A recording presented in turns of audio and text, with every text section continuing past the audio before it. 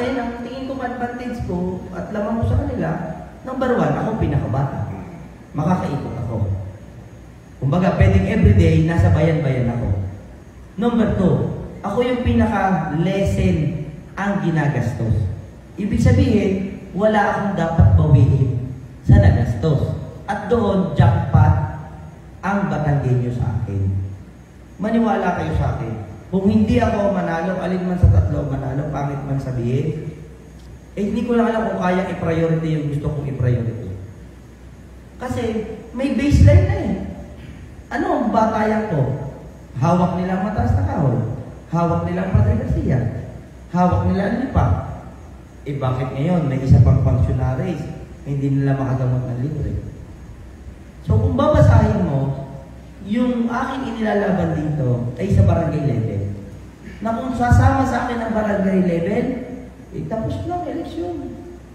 Ang magdi-deliver ng boto para sa gobernador, ang bumubuo ng munisipyo ay barangay.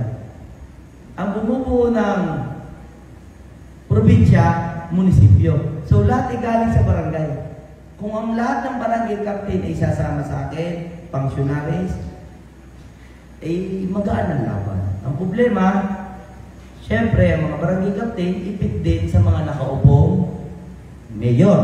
Kasi ang mga mayor naman, may commitment naman sa mga hari, o tinatawag natin mga big politics.